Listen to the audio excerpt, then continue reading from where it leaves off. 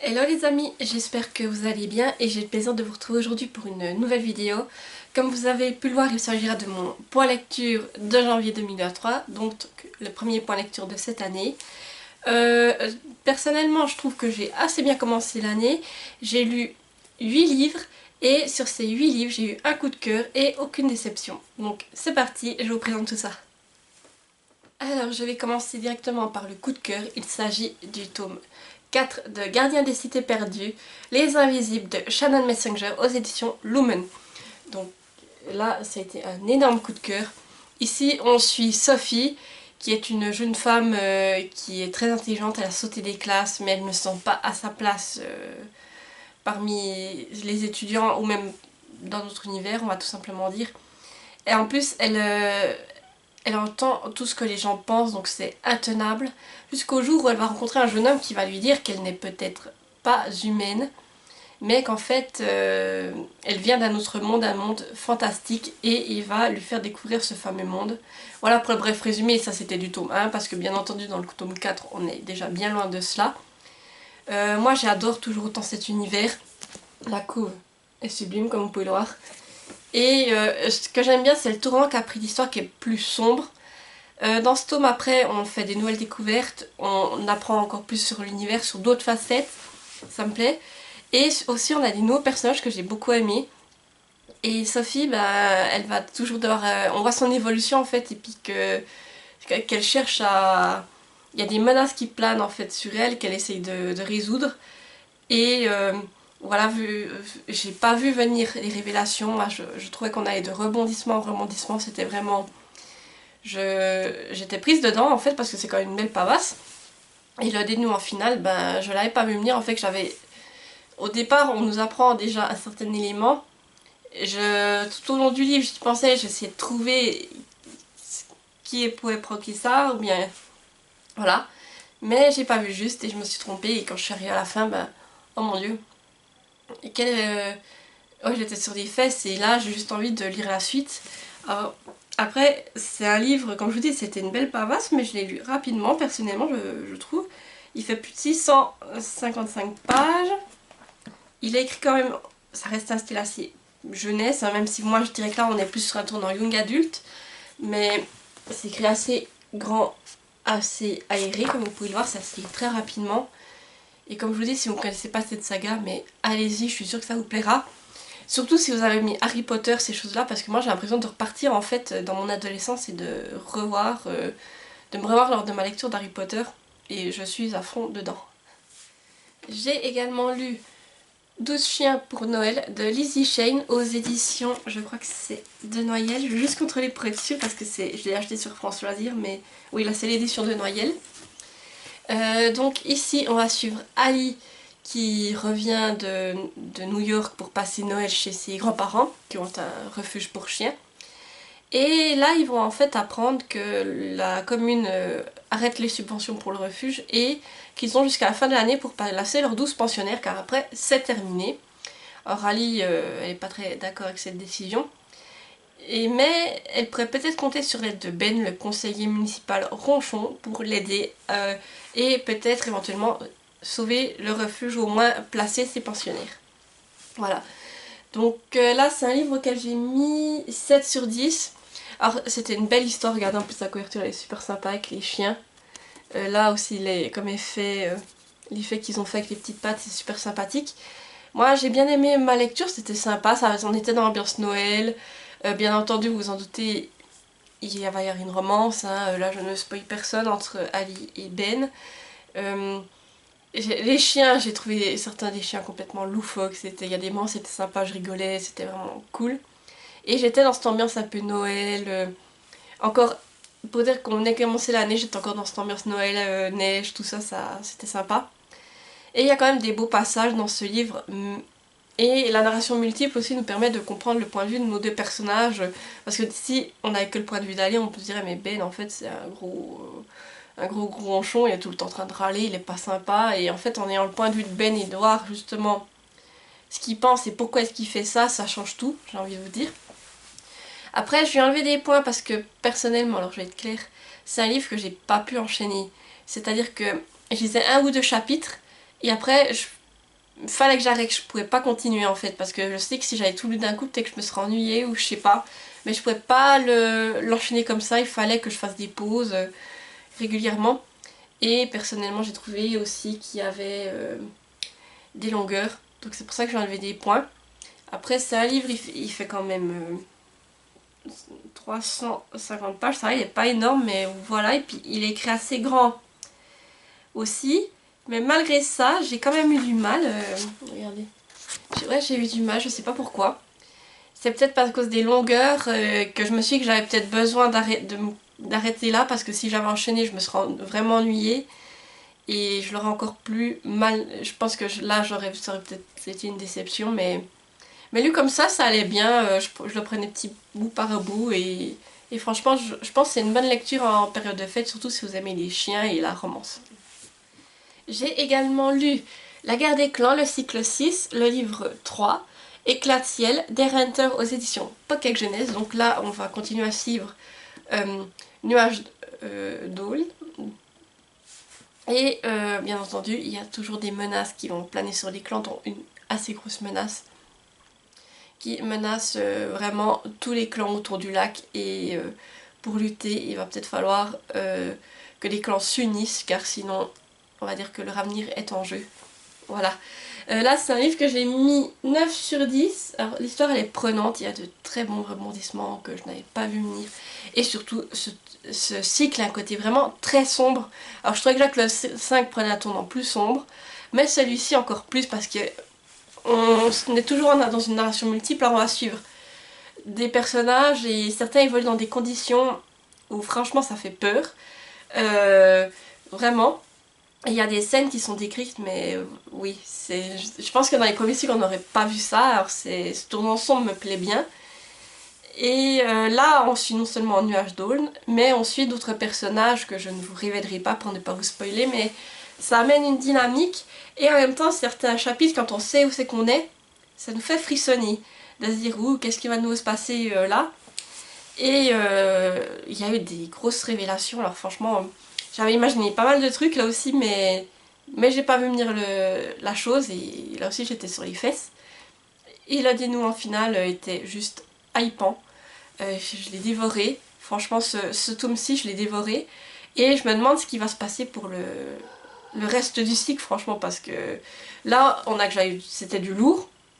Et franchement, j'étais pas loin du coup de cœur, et là, maintenant, j'ai juste hâte de voir ce qui va se passer par la suite. Regardez, d'ailleurs, je vous montre la couverture, elle est aussi super belle. Ici, alors on est sur un livre qui fait... Ceux-là, je trouve qu'ils sont plus courts. Ce cycle, il fait 330, un peu plus de 330 pages. Et là, vous pouvez voir, c'est toujours assez grand, assez aéré. Ça reste une lecture jeunesse. Mais franchement, ce cycle, je l'aime beaucoup. Et maintenant, j'ai hâte de continuer. J'ai aussi lu Les entraves de l'hiver de Jenny Bergier aux éditions Plume Blanche. Alors ici on suit Jack Frost. Jack Frost, vous le savez, c'est le maître de l'hiver. Donc il est réveillé pour mettre en place l'hiver. Mais une fois que c'est fait, le gardien vient le ramener au soleil. Et Jack Frost, cette fois, il a décidé qu'il n'en serait pas ainsi. Que lui, il voulait rester, voir voir le monde, toutes ces choses-là, vivre. Et qu'il n'allait pas se laisser faire, et qu'il allait trouver une solution pour ne pas retourner dans le sommeil. Et de l'autre côté, on a Mathilde qui a une famille nombreuse dont elle doit s'occuper. Et disons que ces deux-là vont se rencontrer, qu'il va se passer certaines choses. Voilà. Alors ici, c'est une lecture à laquelle j'ai mis 6 sur 10. C'est un livre qu'on a fait en lecture commune. Franchement, c'est pas... Alors les avis ont été assez mitigés sur ce livre. Car je pense que le fond est bon. L'idée, c'est que l'autrice prend chaque fois une saison, met un maître, et il y a une histoire autour. Donc ça, c'est le premier qu'on a lu, c'est sur l'hiver avec Jack Frost. Et après, je crois qu'il y en a un avec le printemps. Et je crois que cette année, il doit en sortir un avec l'été. Donc ça, c'est vraiment intéressant, et j'ai envie de découvrir les autres histoires qu'elle va faire. Mais c'est une histoire que je trouve qui met beaucoup de temps à se mettre en place. Au départ, on a beaucoup d'éléments. Il y a même des choses qui nous ont donné, des éléments qui nous sont donnés. Et je voyais pas l'intérêt. Au bout d'un moment, je me disais, ouais, mais pourquoi est-ce qu'elle nous explique ça et ça prend 3 pages? Alors c'est vrai que je trouve qu'il y a beaucoup de temps pour mettre en place. Après, sa plume, elle est poétique, elle est détaillée, tout ça, c'est sympa. Mais c'est vrai que la mise en place, je pense que ça a mis plus de la moitié du livre. Après, quand ça se passait certains éléments qui sont intéressants. Et droit à la fin, ça commence à vraiment être intéressant, tout ça. Et en fait, ça arrive et ça se finit aussitôt, j'ai envie de vous dire, ça va très vite. Et je trouve ça dommage parce que on aurait pu le faire durer là, je pense. Et après, il y a aussi certains éléments, j'ai facilement pu les anticiper. Et rapidement, à un moment donné, je me suis dit, mais je suis sûre, à la fin, il va se passer ça. Et c'est ce qui s'est passé, donc voilà, ça m'a pas... j'ai pas eu la surprise à ce niveau-là. Mais il y a quand même un élément à la fin que je ne m'attendais pas, comme ça se termine, et oui. Là, j'ai été surprise, et c'est pour ça que j'ai envie de lire la suite. Et je dois quand même si ça va être du temps à se mettre en place, il y a quand même certaines scènes qui sont très belles. J'ai notamment une scène dans un restaurant ou une scène sur une patinoire qui sont très bien détaillées, qui sont vraiment très belles. Et là, ce qui m'a plu, c'est de retrouver ce personnage aussi de Jack. Jack, l'autrice est parvenue à lui donner un aspect qui, qui fait que justement on s'y attache en fait. Il est émouvant, il est attachant, il est humain avec Jacques en fait, la manière dont on nous le décrit, et ça m'a beaucoup plu. Mathilde, j'ai peut-être moins aimé ce personnage, mais elle est aussi attachante, comme elle est décrite tout ça, mais Jacques, ça a vraiment été... j'ai beaucoup aimé ce personnage, et, et c'est vrai que c'est dommage, je pensais qu'il y aurait peut-être plus d'aventures dans ce livre, surtout qu'il n'est pas très long. Et là, je suis restée sur ma faim. Mais maintenant, j'ai hâte de voir ce qui va se passer avec les autres saisons, et puis ça c'est quand même un livre que je trouve qui est bien pour lire en hiver, surtout que là on est avec le maître de l'hiver, il y a de la neige, vous en aurez autant que vous voulez. Et maintenant à voir ce que ça a donné avec le printemps. Alors comme je vous ai dit, c'est un livre qui est quand même assez court, je trouve, il fait 245 pages. Il est écrit quand même aussi assez grand, je trouve, peut-être un peu plus serré que l'autre. Et surtout, un point qui est génial, regardez, c'est les entêtes de chapitres que je vais vous montrer. Regardez, c'est magnifique.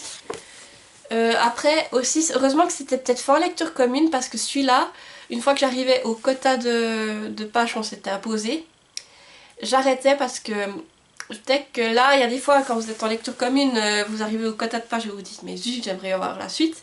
Et là, je me disais, ah, c'est bon, j'ai vu ma part, j'y touche plus pendant un certain temps jusqu'à ce qu'on ait le débrief, et après je reprends.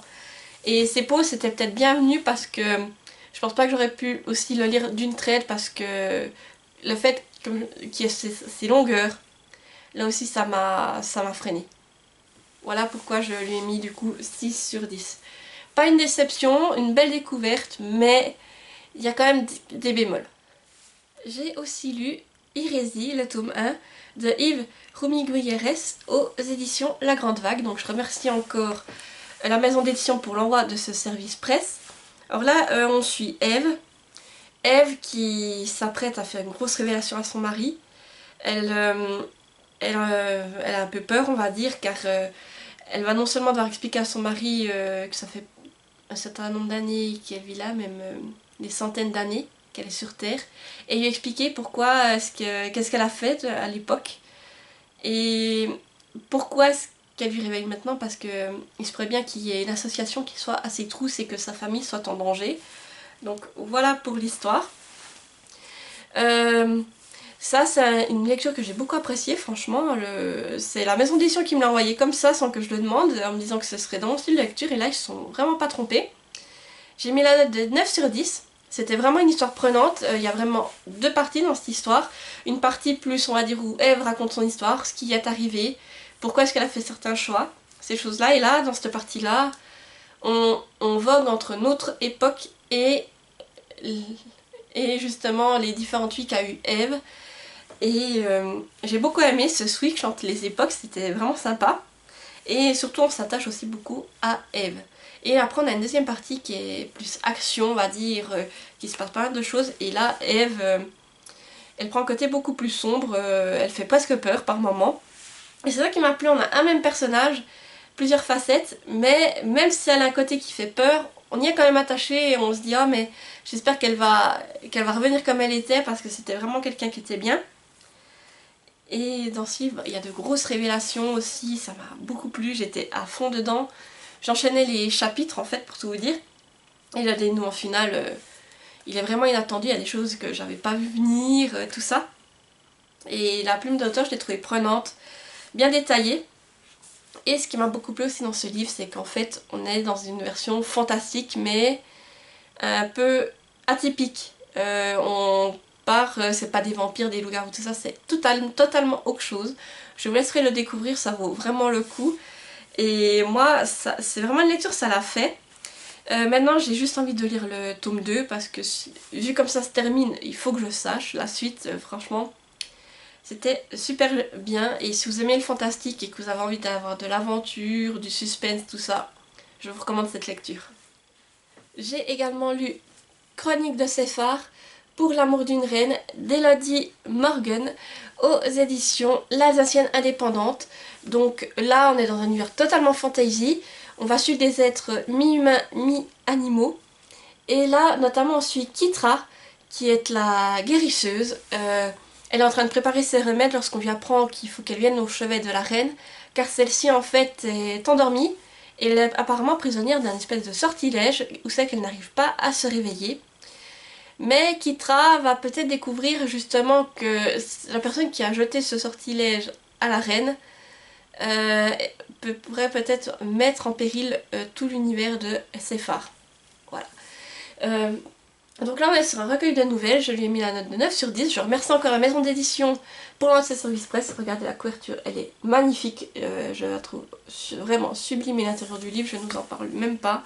Regardez, toutes les pages sont faites de cette manière, c'est vraiment magnifique. Alors personnellement, pour dire que c'est une nouvelle, j'ai déjà été surprise par la complexité de la nouvelle. C'est-à-dire que d'habitude j'ai lu des nouvelles et il y a des éléments, on reste dans le flou. C'est pas tout expliqué. C'est normal, on doit vite y aller, mais là, il y avait les détails, il y avait toutes les explications, on avait le tout et ça m'a vraiment surpris en bien. Vraiment, on avait tout ce qu'il fallait, le nécessaire. Ça va, bien entendu, ça va très vite, mais elle est prenante. Je vous dis, je l'ai lu en une seule soirée, tellement je voulais savoir la suite. Je me suis très rapidement attachée à Kitra et à la reine. Ils sont des personnages vraiment attachants. Et c'est vrai qu'il y a certaines choses que j'ai pas vu venir. Et je trouve que l'autrice, elle a bien ficelé sa nouvelle pour le coup, parce que on va pas venir certains éléments. Et le dénouement final, je voyais pas non plus ce dénouement final là. Après, je pense que c'est une bonne nouvelle si plus tard l'autrice voulait faire un roman, ce serait vraiment un bon moyen de nous emmener déjà dans cet univers, aux côtés de ces êtres, mi-humains, mi-animaux, et des conflits qu'il y a dans ce monde de Séphar. Vraiment, moi je me suis régalée, j'ai trouvé en plus la plume de l'autrice poétique, j'ai été embarquée direct. Et oui, pour moi ça l'a vraiment fait, ça s'enchaînait, ça allait vite, mais c'était vraiment prenant. Et j'ai passé un super moment de lecture, franchement je vous recommande vivement tout ça si vous aimez le fantasy et que vous avez envie d'une petite lecture rapide dans le désert. Franchement ça vaut le coup. Et il y a de la magie, il y a vraiment de tout, les détails. Pour une nouvelle c'est aussi ça, il y a beaucoup de détails mais ça m'a plu. Et là c'est une lecture, comme je vous dis, ça se lit très vite, elle fait même pas 50 pages. Et c'est écrit grand, aéré, regardez, et puis avec des illustrations, c'est juste sublime. Moi en tout cas, je vous le recommande vivement et ça a été une magnifique découverte. En plus c'est le premier livre que je lisais à cette maison d'édition, donc mais il y en a plein d'autres qui sont dans ma wishlist qui me font envie et dont j'ai envie de vous reparler prochainement. J'ai également lu Les Noces de la Renarde de Floriane Soulas aux éditions Scrineo. Donc je vous mets la couverture ici, je l'ai lu en numérique. Ici on va suivre d'un côté Hikari, on est vraiment à l'époque dans le Japon. Hikari c'est une kitsune et elle vit dans un clan de kitsune, de femmes kitsune, où elles vivent paisiblement dans la montagne. Mais Hikari, elle est curieuse et elle s'intéresse à ce que font les hommes au pied de cette montagne. Et en 2016, là c'est tout, on passe sur autre chose, on suit Mina, qui est une humaine et qui a le don de voir les yokai, les esprits, et ce don pour elle c'est une malédiction, elle le cache. il lui pourrit la vie. Jusqu'au jour où elle rencontre une lycéenne, oui, une autre collégienne une autre étudiante, on va dire plutôt, je sais plus si elle est lycéenne, collégienne, une autre étudiante de son école, qui vient et qui lui dit qu'il faut qu'avec son don elle l'aide, car des yokai se font assassiner, et il faut qu'il retrouve qui fait ça, qui est le tueur. Voilà. Alors là, c'est une lecture à laquelle j'ai mis 7 sur 10.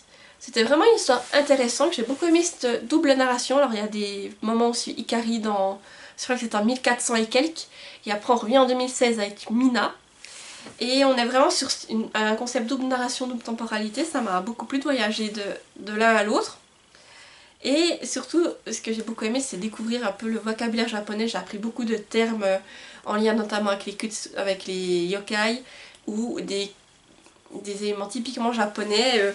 Et il y avait des explications justement pour pas qu'on soit perdu, pour nous dire bah ça c'est tel élément. Et des fois j'allais même voir les photos sur internet pour vraiment me faire aider, mais j'ai appris pas mal de choses, ça m'a beaucoup plu. Et j'ai beaucoup aimé le dénouement final que j'ai trouvé vraiment prenant. Après j'ai eu des difficultés à retenir les prénoms d'un côté comme de l'autre en 1400 et quelques et en 2016. On a pas mal de personnes à retenir.